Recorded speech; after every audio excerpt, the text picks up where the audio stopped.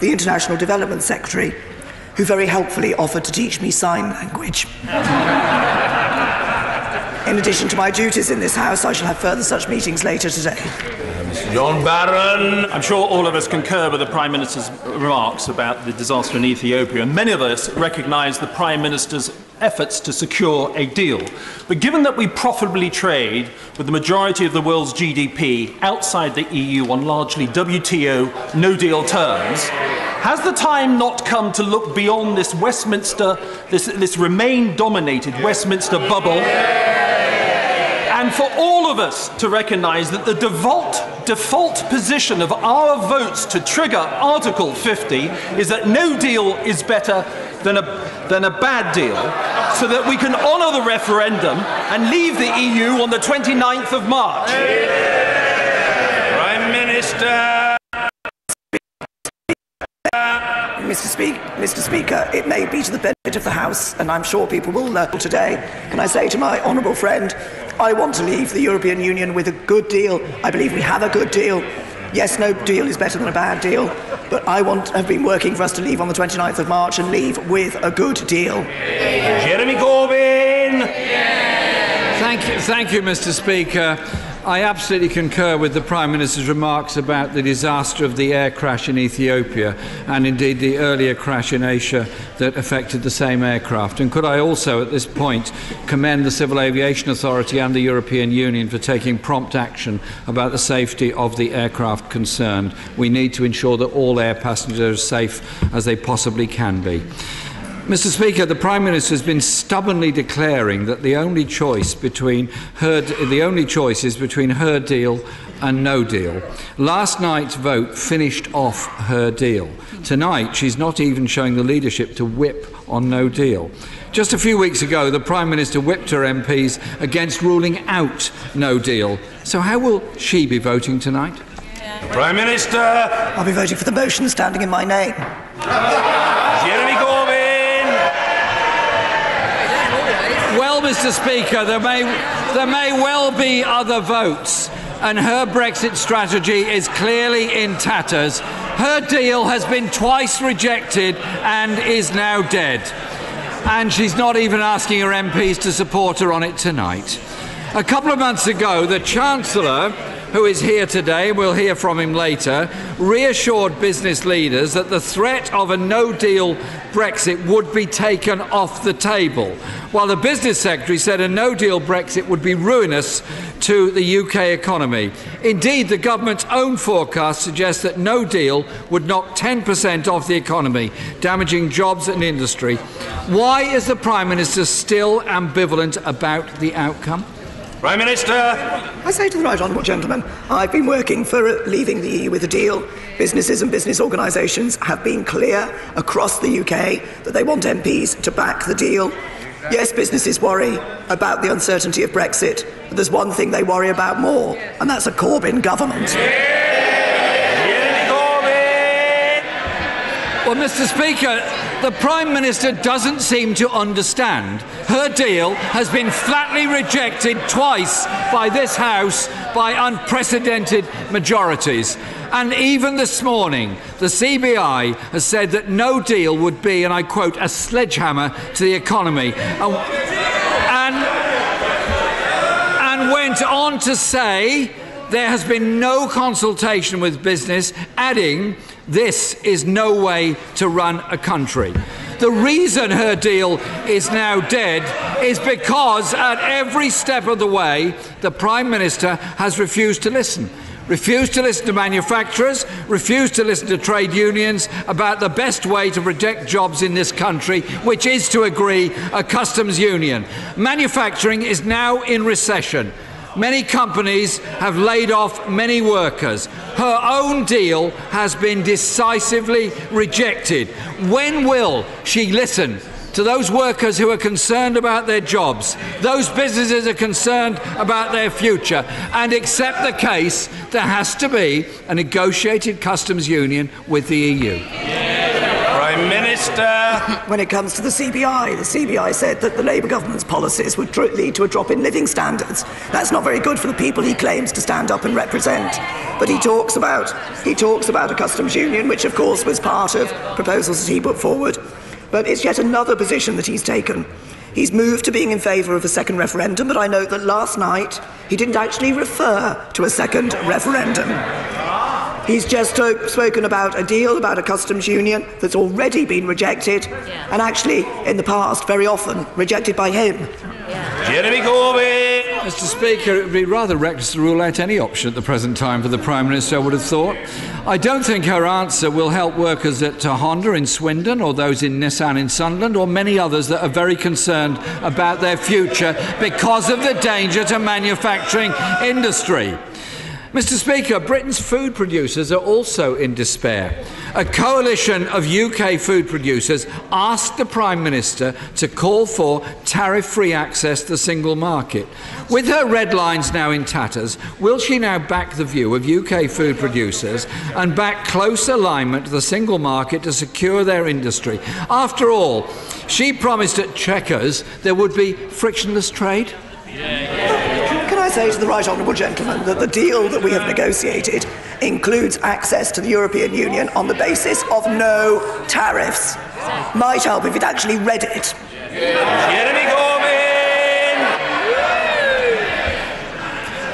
Mr. Speaker, it was a former DEFRA secretary, the member for North Shropshire, who was campaigning to leave in the referendum and actually said during that, and I quote, because it's not the kind of language I would use, only a madman would actually leave the single market.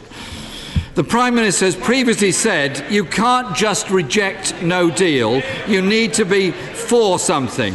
So with her own deal now so decisively rejected, can we be informed by the Prime Minister what is she now for? Does she now recognise the Labour alternative, the 5 pillars we put forward, is the credible show in town, available and ready to be negotiated? Isn't it time she moved on from her red lines and faced the reality of the situation she has got herself, her party, this Parliament and this country into? Prime Minister. The gentleman talks about not wanting no deal, yet repeatedly votes in a way that brings no deal closer. Can I say to the right honourable gentleman, the deal that he's proposing actually has been rejected several times by this House. I may not have my own voice, but I do understand the voice of the country. They want...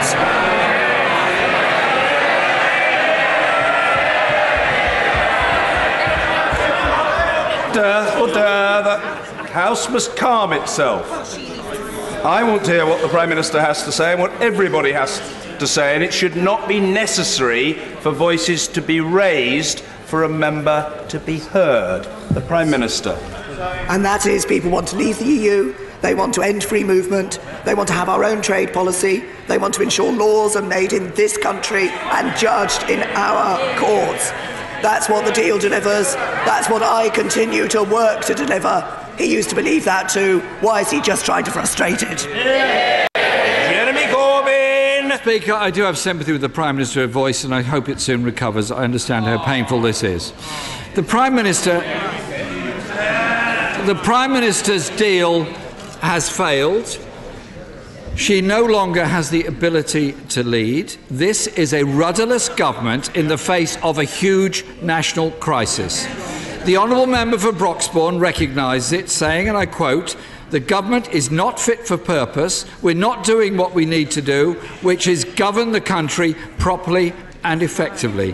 Where the Prime Minister has so obviously failed, this House needs to listen to the country. Listen to unions, listen to people in work fearful for their future, manufacturers and businesses, workers and European Union citizens who've made such a fantastic contribution to our society, and British citizens across Europe, all facing uncertainty, jobs and industry at risk, the country in crisis.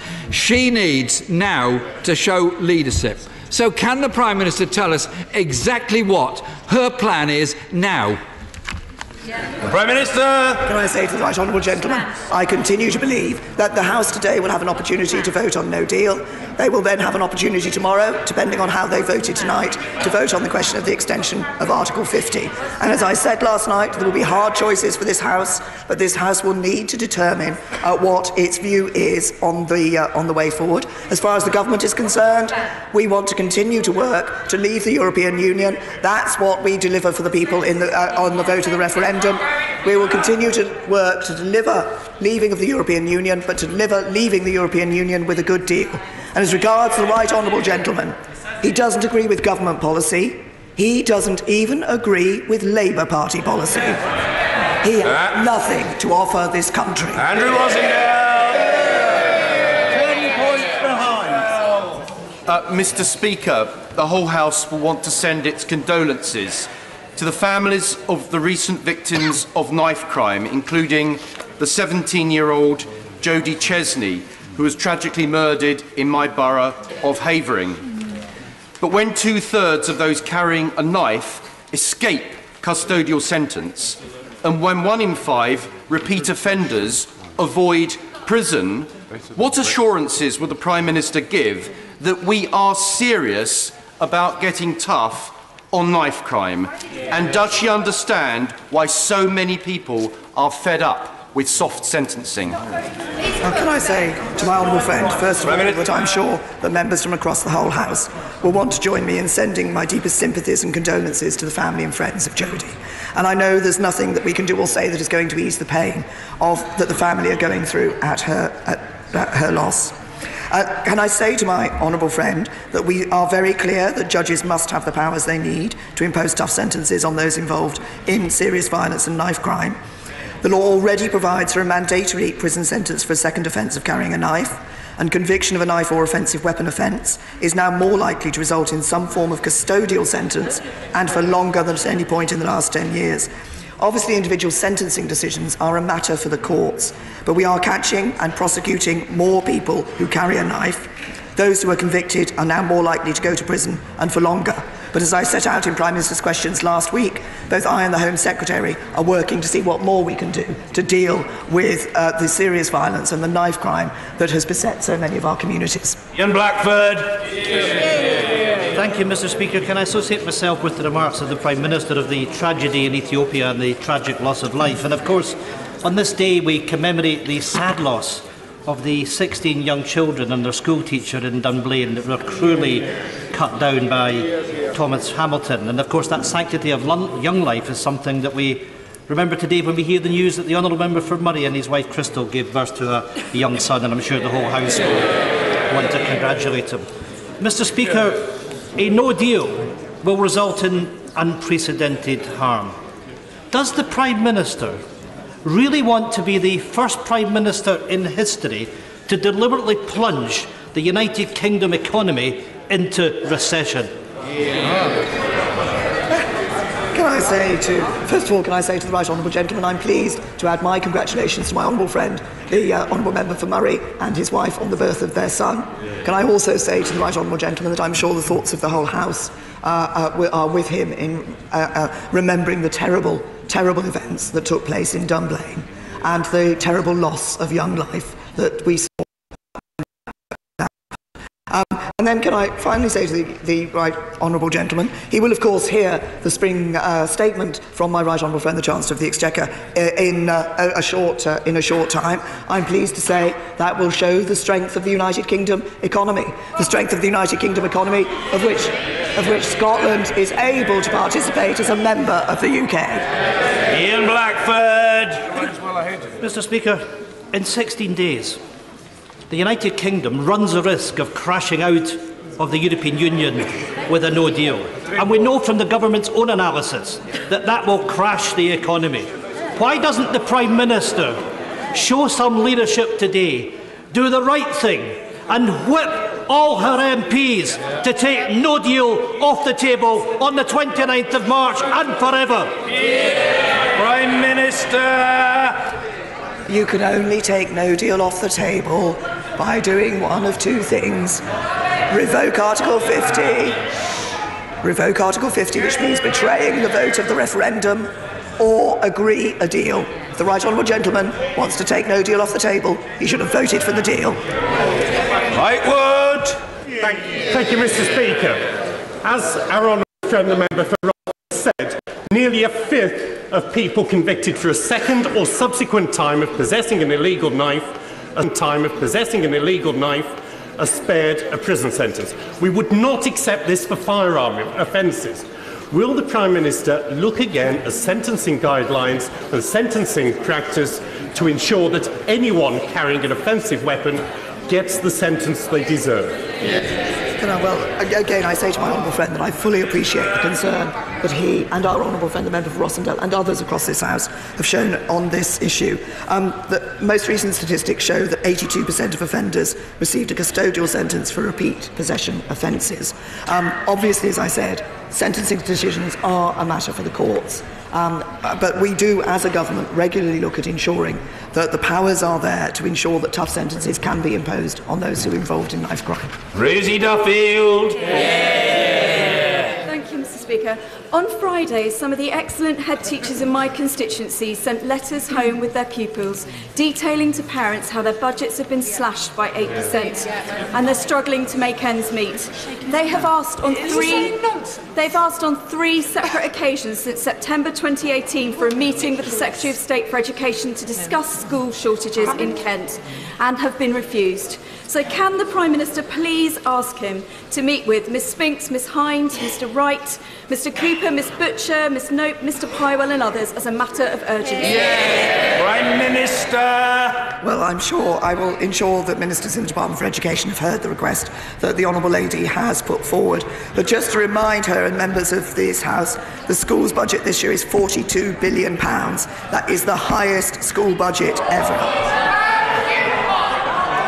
Order! The Honourable Member for Yardley is usually advocating good and respectful behaviour, which she must now herself exemplify, notwithstanding her passion or insistence upon her point of view, in which she is not exceptional. The Prime Minister. Thank you, Mr Speaker. The school's budget is the highest ever this year, and we've given every local authority more money for every pupil in every school this year. Mr Peter Bow! Thank you, Mr Speaker. I think the whole House could unite in agreeing that the Prime Minister has put an enormous amount of hard work and energy in trying to resolve the European Union issue. And we certainly wish her well and get better soon. Has the Prime Minister had the opportunity to look at Amendment F on the order paper today, proposed by my right honourable friend from Ashford, the former Deputy Prime Minister, signed by many Conservative Remainer MPs and Conservative Labour MPs, by the leader of the DUP and members of the Labour Party?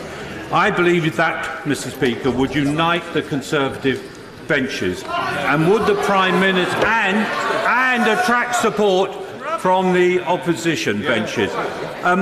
Prime Minister, have you had an opportunity to consider whether you would be able to support that amendment? Can I say Prime Minister! To my honourable friend, and I'm grateful to my right honourable and honourable friends for the spirit in which they've sought to broker compromise in this House. The amendment has 4 propositions within it. The first is that we should publish our Day 1 tariff schedules. We've done so this morning. The second, that we should seek to extend the Article 50 process. We remain committed to giving the House the opportunity to debate and vote on this tomorrow. The third, that we should unilaterally guarantee the rights of EU citizens resident in the UK. I'm pleased to reconfirm that we have done this.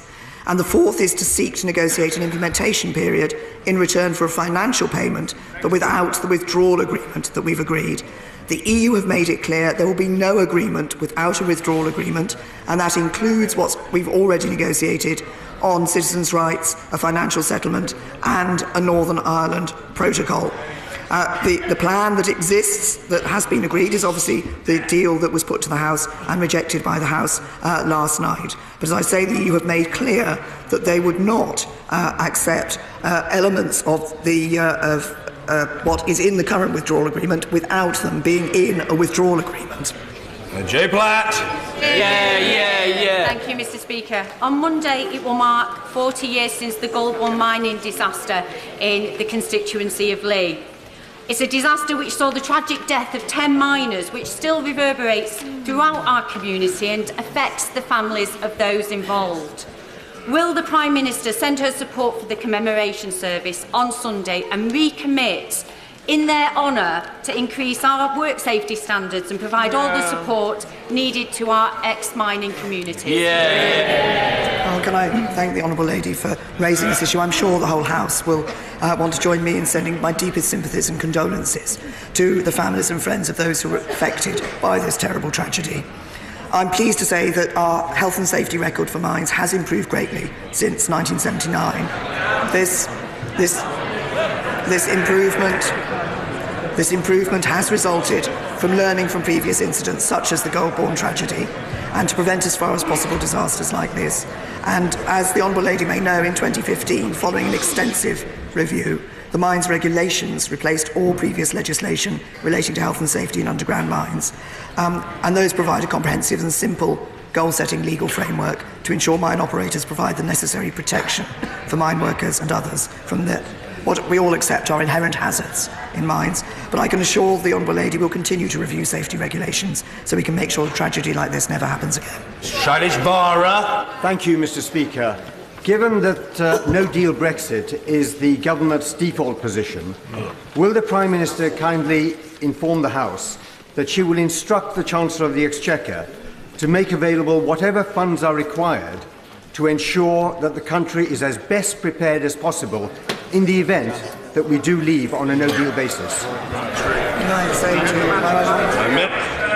to my right honourable friend, obviously we continue to be working to leave in an orderly fashion with a deal, but we have made funding available. That funding is being used to ensure that we have preparations for a no-deal.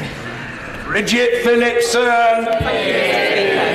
The Prime Minister routinely deflects questions on child poverty, insisting on absolute rather than relative measures.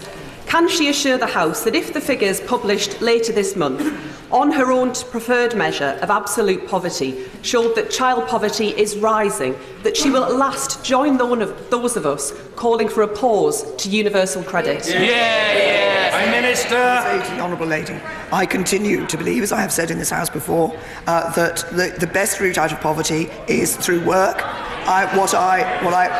She refers to figures that I quote. I also do quote the figures, which I have to say I think are very important for this House, of the number of children the reduction in the number of children who are living in workless households. And all the evidence is, and there is very clear evidence about how the advantages of children being brought up in a house in which there is work. Universal credit is encouraging work. It is delivering on ensuring that we see more people in work and able to provide for their families. Rachel McLean. Thank you, Mr. Speaker. As a former technology entrepreneur, I've seen for myself the barriers that face aspiring women seeking to start up new businesses. And yet we know that £250 billion could be added to the UK economy if women can start and scale up businesses at the same rate as men.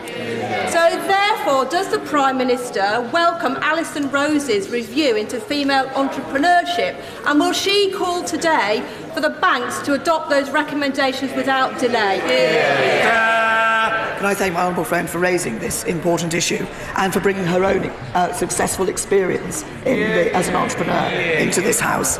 I'm very happy to join her in welcoming Alison Rose's review.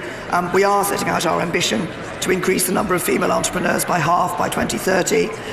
We're doing that in various ways, including my honourable friend, the Business Minister, will sponsor an industry-led task force alongside Treasury Ministers that is going to drive forward work to encourage greater investment in female entrepreneurs by all types of finance providers, including the banks. Last year, 690 children were attacked or threatened with a knife in the West Midlands. Parents are terrified.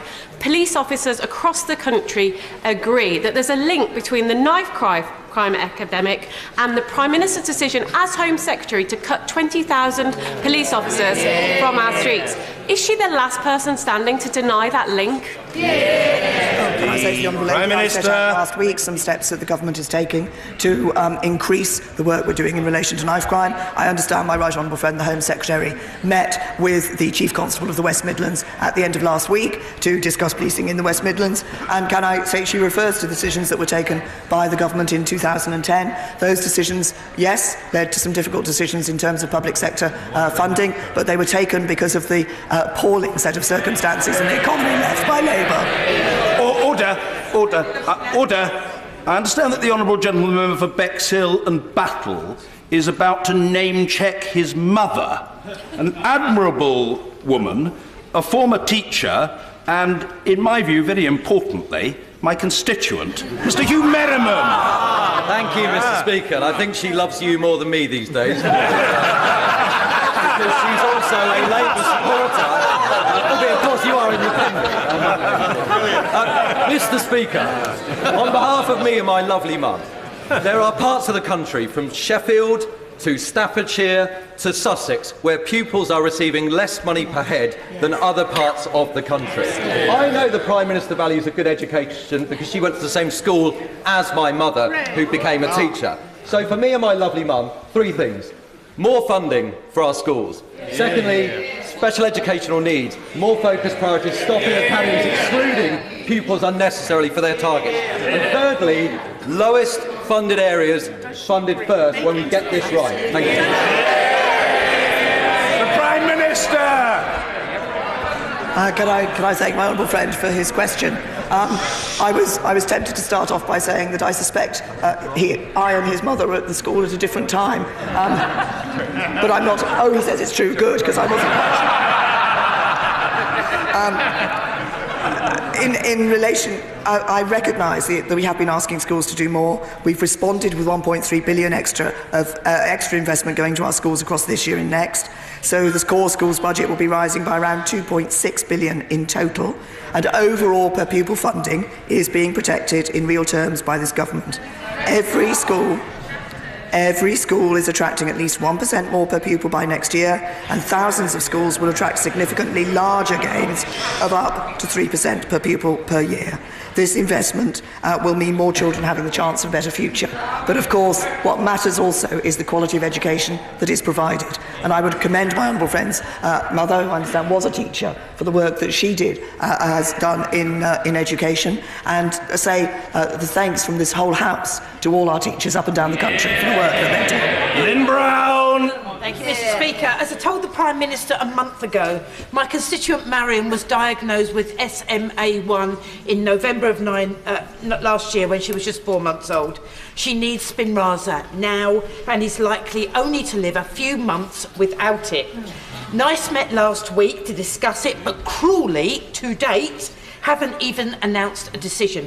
Last time the Prime Minister told me to see a minister, I did, and nothing's changed. All I'm asking is for baby Mariam to have the same chance of Spinraza as she would if she lived in Scotland, Germany, Italy, Romania or 20 other European countries. Let me be clear. I'm asking the Prime Minister to intervene. Will she? Prime Minister! The Honourable Lady, I'm sure everybody across the whole House obviously is sending our sympathies and our concerns to the family of Mariam. We recognise this must be an incredibly difficult time. Decisions of this matter are rightly taken, not by politicians, but by clinicians. And I understand the Honourable Lady recently met my right honourable friend, the Health Secretary. As she says, NICE did look at the relevant information to this appraisal committee meeting on the 6th of March when it was considering recommendations in relation to this. But it is right that the benefits and the evidence in relation to new medicines are properly considered by the experts in the field, by the clinicians. The Department for Health and Social Care is working with NICE on this issue. Andrew Griffiths. Mr. Speaker, my constituent, Nicola Morgan Dingley, is a wife and a mum. She was just 36 when she was diagnosed with triple-negative breast cancer, the most virulent form. Sadly, at 38, Nicola has a terminal diagnosis. She's asked me to ask 3 things today, Prime Minister. First of all, will you look at publicising the fact that women should never miss a mammogram and how important it is that they attend? Secondly, will she consider lowering the age with which women are able to seek a mammogram so that more women aren't missed out? And thirdly, there are some immunotherapy trials taking place across the country which could potentially offer a lifeline to Nicola. will she consider expanding those trials so that Nicola can get the help that could save her life? The Prime Minister. Can I say to my honourable friend that obviously I'm sure the whole House shares his concern for his constituent Nicola, and our sympathies are with her and her family and friends. She asked about three things. In relation to the age at which a screening becomes available or is required, that is a matter that has been looked at previously, and I'm sure this is something that as we look forward to the long-term plan, will be considered again. But my understanding is that the decision is based on the evidence again about the benefits of these screenings at certain times. He referenced the immunotherapy. The National Institute for Health Research has delivered 64 studies of immunotherapy for women with breast cancer to date. 28 studies are currently open to recruitment and 14 studies are currently in set-up. But I'll ask the Department for Health to respond to him about the specific case of his constituent. And finally, the third point that he raised from Nicola, absolutely right. I would urge all women to attend their mammogram appointments. They're vitally important. They could save your life. Stephen Hepburn.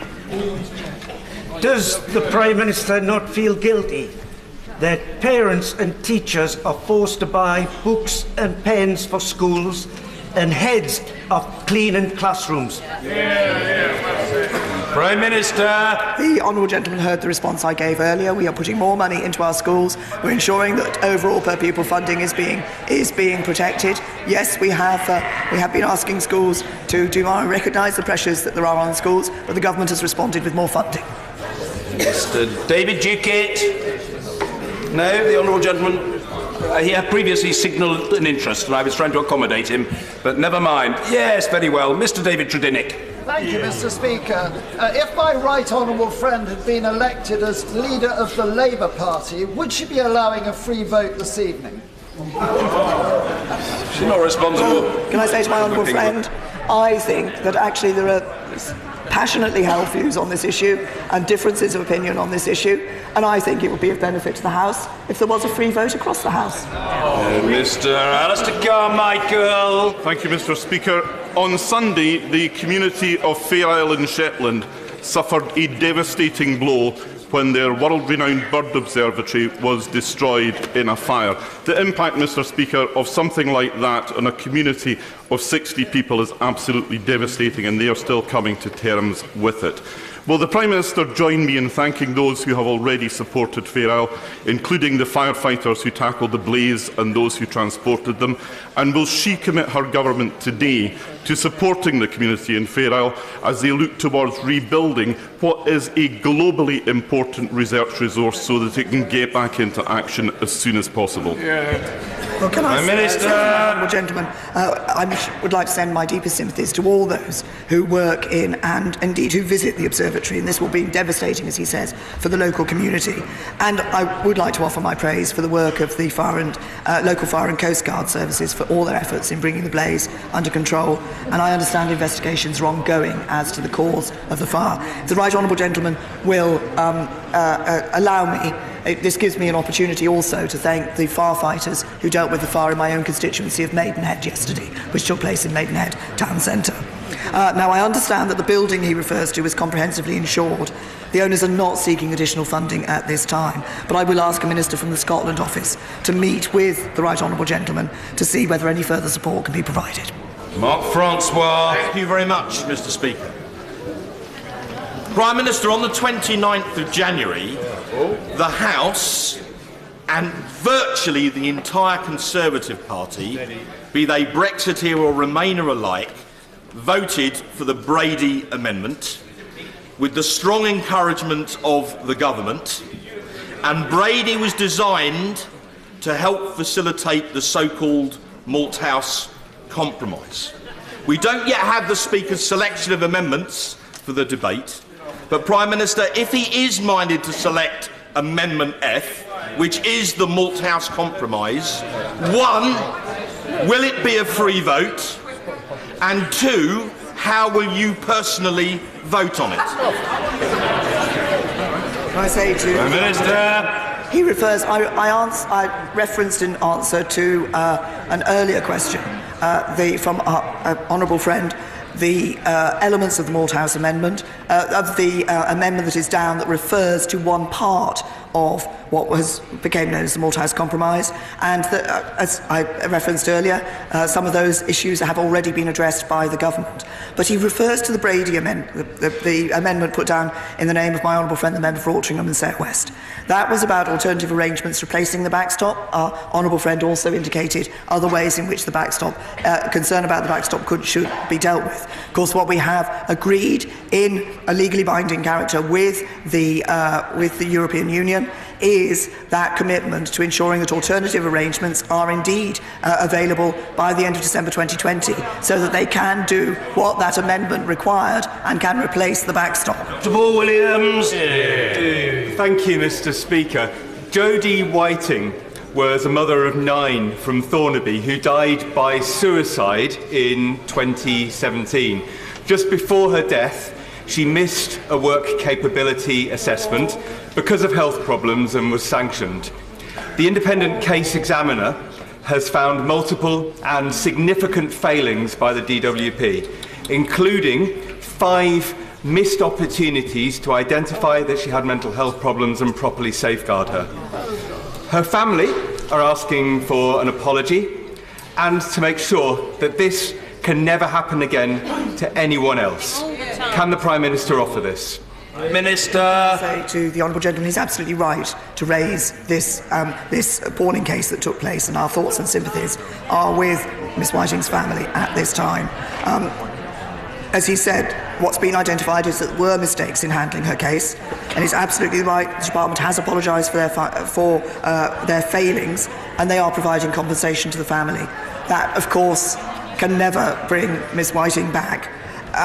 We obviously need, the point he made is that we need to learn from this case, and that is why absolutely the Department is looking at that case to make sure that we never see these sorts of failings happening again and leading to such a tragic consequence. Pawsey. Thank you, Mr. Speaker. The Prime Minister has rightly made a priority to deliver more homes. So will she welcome the great work of Pro-Growth Rugby Borough Council, which is currently providing new homes at over 3 times the UK average rate, with 739 last year and 860 alone underway with 4 house builders at Holton?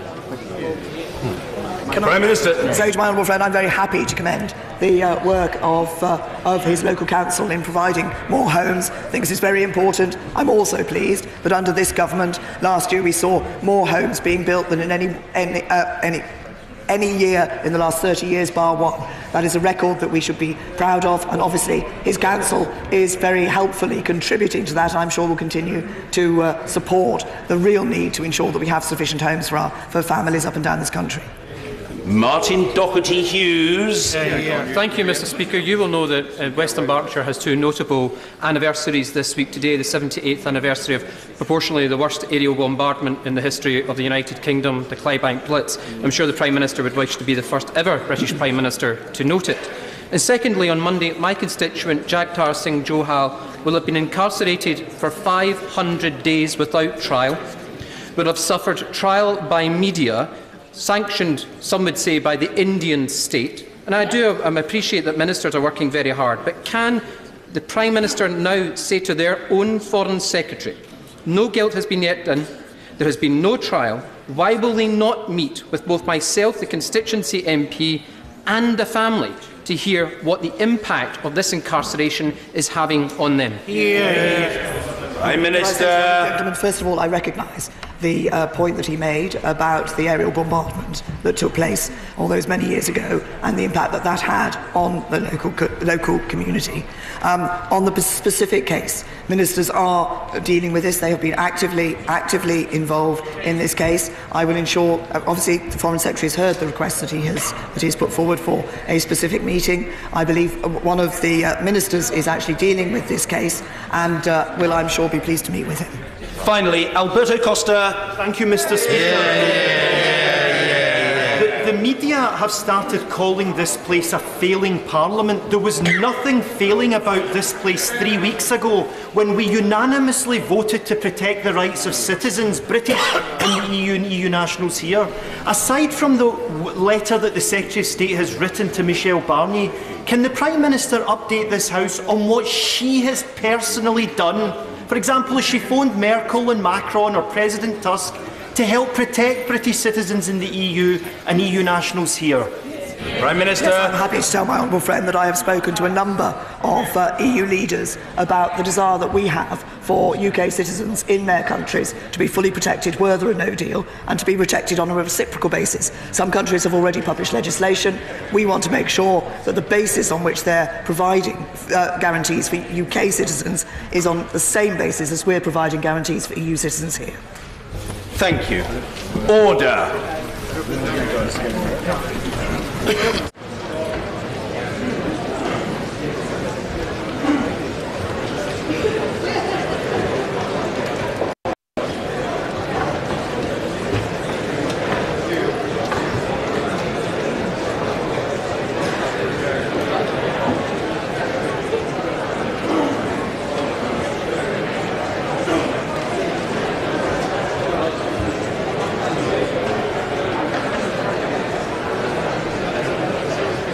Order. Spring statement. The Chancellor of the Exchequer.